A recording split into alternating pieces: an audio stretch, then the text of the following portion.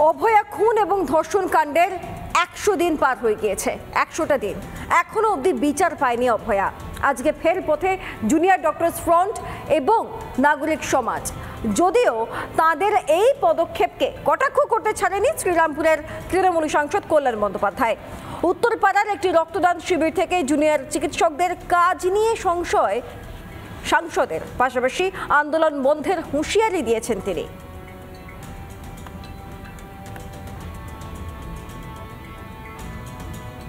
করা যায় তো কলকাতা শহরের হসপিটালে কলকাতার যারা ওদের পাশে দাঁড়িয়ে দাঁড়িয়ে দিন জাগো রাত জাগো বিশ্ব জাগো করলো, তারা যায় না। সেই এলিট ক্লাসের লোকেরা যায় না, বুদ্ধিজীবী ক্লাসের লোকেরা যায় না। উত্তরপাড়া মফস্বল সেই গরিব মানুষরাই তো সেখানে ট্রিটমেন্ট করতে যায়, তাদের ট্রিটমেন্ট দেবে না।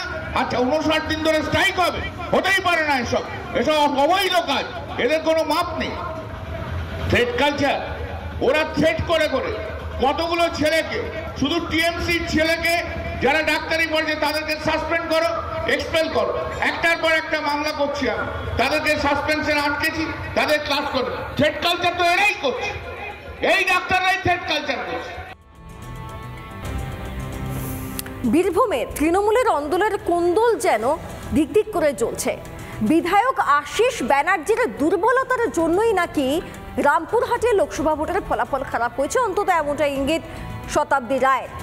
আবার এদিকে তার পাল্টা দিয়েছেন বিধায়কও। গোটা বিষয়তে বিজেপির খোঁচা তৃণমূলকে।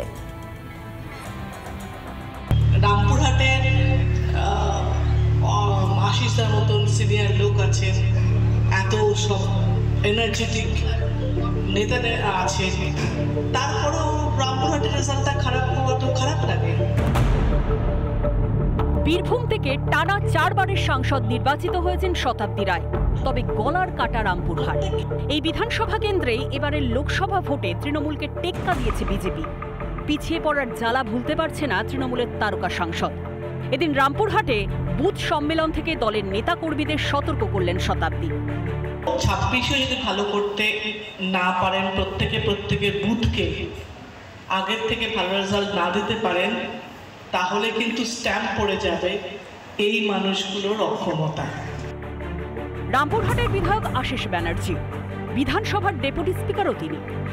তার কেন্দ্রেই ঘাসফুলের ফল খারাপ হওয়ায় ক্ষুব্ধ সাংসদ দিলেন উন্নয়নের ফিরিস্তিও। তারাপীঠ মন্দিরে কাজ করা গেছে, রাস্তাঘাটে কাজ করা যাচ্ছে, তারপরে কেন হচ্ছে না সেটাই তো বিশ্লেষণ, সেটাই তো সেই অ্যানালিসিসটাই তো কর্মীদের করতে হবে। প্রশ্ন উঠছে, তাহলে দীর্ঘদিনের বিধায়ক আশিস ব্যানার্জির কি সাংগঠনিক ক্ষমতা ধীরে ধীরে দুর্বল হচ্ছে? যারা নিষ্ক্রিয়, যারা কিছু কাজ করতে পারবেন না, তাদেরকে কিন্তু বাধ্য হবে। যারা আসবেন না, অথচ গুরুত্বপূর্ণ পদে রয়েছে, আমি তাদের বিরুদ্ধে রিপোর্ট করব।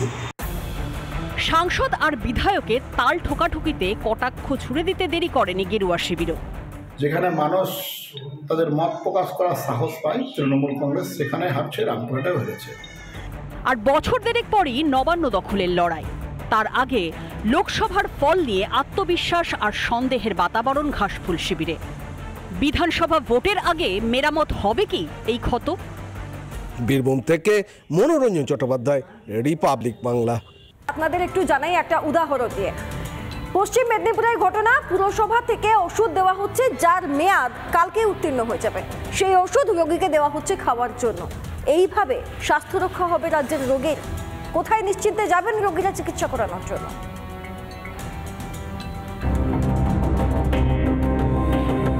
দীর্ঘদিন ধরে কিডনির সমস্যায় ভুগছেন মেদিনীপুরের বাসিন্দা চণ্ডীপ্রসাদ দত্ত।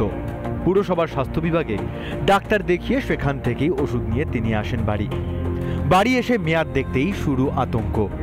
এখানে দেখা যাচ্ছে চণ্ডীপ্রসাদ দত্ত তিনি কিন্তু 28/10/2024 তিনি পৌরসভার যে স্বাস্থ্য দপ্তর রয়েছে, স্বাস্থ্য বিভাগ রয়েছে, সেখানে গিয়েছিলেন ওষুধ আনার জন্য। আমি দেখানোর চেষ্টা করবো, চণ্ডীবাবুর হাতেই রয়েছে এই ওষুধগুলোই আপনাকে দেওয়া হয়েছিল। হ্যাঁ, এই ওষুধটাই দেওয়া হয়েছিল। আমি দেখাবো, এক নয় একাধিক ওষুধ দেওয়া হয়েছিল এবং ঠিক এখানে দেখা যাচ্ছে যে এক্সপায়ারি ডেট 10/2024। অর্থাৎ যবে ওষুধ কিনে এনেছেন তার 3 দিন পরেই সেই ওষুধ মেয়াদ উত্তীর্ণ হয়ে খাবার অযোগ্য হয়ে পড়বে। এমনই ওষুধ দেওয়া হয়েছে পুরসভার স্বাস্থ্য বিভাগ থেকে। তো চোখে ঠিক মতন দেখতে পাই না, আমি দেখি মেডিসিনগুলোই আপনাকে দেওয়া হলো? হ্যাঁ, ঘরে এসে যখন দেখালাম আমার জামাই বলছে এই ওষুধগুলো তুমি খেয়েছো বাবা, আমি বলছি না খাইনি। এরকম তো তাহলে মৃত্যু পর্যন্ত হতে পারে। হতে পারে, তো আমারই হতো আমি যদি খেয়ে নিতাম। রিপাবলিকের খবরের জেরে এবার নড়েচড়ে বসল মেদিনীপুর পুরসভা। ঘটনার তদন্ত করতে গঠন করা হলো বিশেষ কমিটি। 3 দিনের মধ্যে রিপোর্ট জমা দেওয়ার নির্দেশ তদন্ত কমিটিকে। আমাদের ফিনান্স অফিসার এবং গভর্নমেন্ট ইও সাহেব তারা যেটা বলবেন এবং তাদের বিরুদ্ধে আইনমাফিক ব্যবস্থা নিয়ে, এবং যদি দেখা যায় যে তাদের গাফিলতিতে এই এক্সপায়ারি ওষুধটা দেওয়া হয়েছে তাহলে তাদেরকে সাসপেন্ড করা হবে এবং আইনমাফিক ব্যবস্থা নেওয়া হবে। এই প্রথম নয়, এর আগেও একাধিকবার সরকারি স্বাস্থ্যকেন্দ্র থেকে মেয়াদ উত্তীর্ণ ওষুধ দেওয়ার অভিযোগ উঠেছে। 6ই নভেম্বর একই অভিযোগ ওঠে মালদায়। হাসপাতাল গুরুত্ব না দেওয়ায় জেলা শাসকের কাছে অভিযোগ জানান এক ব্যক্তি। এই ঘটনায় দায় কার, গাফিলতি কার, এ নিয়ে কিন্তু উঠছে প্রশ্ন। মেদিনীপুর থেকে ক্যামেরা পার্সন মৃন্ময়ের সঙ্গে সুদীপ্ত, রিপাবলিক বাংলা। যত দিন যাচ্ছে ট্যাব দুর্নীতির প্রভাব তত বাড়ছে। এই ঘটনায় আরও একজনকে গ্রেফতার করা হয়েছে মালদা আদালতে। তাকে পেশও করা হচ্ছে তখন উল্টো দিকে পুরুলিয়া থেকে আরও 3টে স্কুলে ট্যাব দুর্নীতির অভিযোগ উঠে এসেছে। দেখুন। তরুণের স্বপ্ন চুরমার, একের পর এক জেলা থেকে উঠছে দুর্নীতির অভিযোগ। ট্যাব জালিয়াতির তদন্ত করছে সিট, তারপরেও পুরুলিয়ায় নতুন করে সামনে এলো ট্যাব জালিয়াতি। অভিযোগ, এক পড়ুয়ার ট্যাবের টাকা চলে গিয়েছে অন্য অ্যাকাউন্টে। নতুন করে 3টি স্কুলে ছড়িয়েছে দুর্নীতির ভাইরাস। এখনো ট্যাবের টাকা পাওনি? না, পাইনি। তো কেন পাওনি? কেন? আমার ট্যাবের টাকাটা অন্য জায়গায়, অন্য অ্যাকাউন্টে ঢুকে গেছে। ট্যাব পেলে অনেকটাই সুবিধা হবে।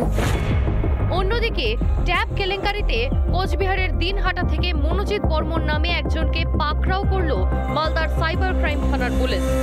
স্কুলের ট্যাবের টাকা লুট হচ্ছে, এই বিষয়ে কি নিয়ে এসছে?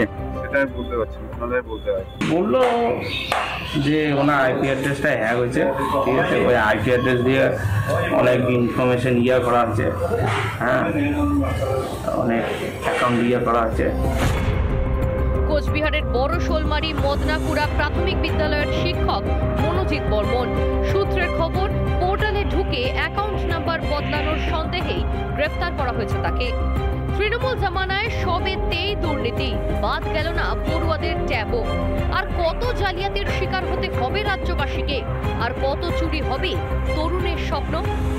অরবিন্দ মাহাতো, দীপঙ্কর গোস্বামী ও কিংশু। নানা ধরনের কন্টেন্ট দেখার জন্য লাইক করুন, শেয়ার করুন আমাদের ফেসবুক পেজ, সাবস্ক্রাইব করুন আমাদের ইউটিউব চ্যানেল। পাশাপাশি অন্যান্য ব্রেকিং নিউজের জন্য অবশ্যই চোখ রাখুন রিপাবলিক বাংলায়।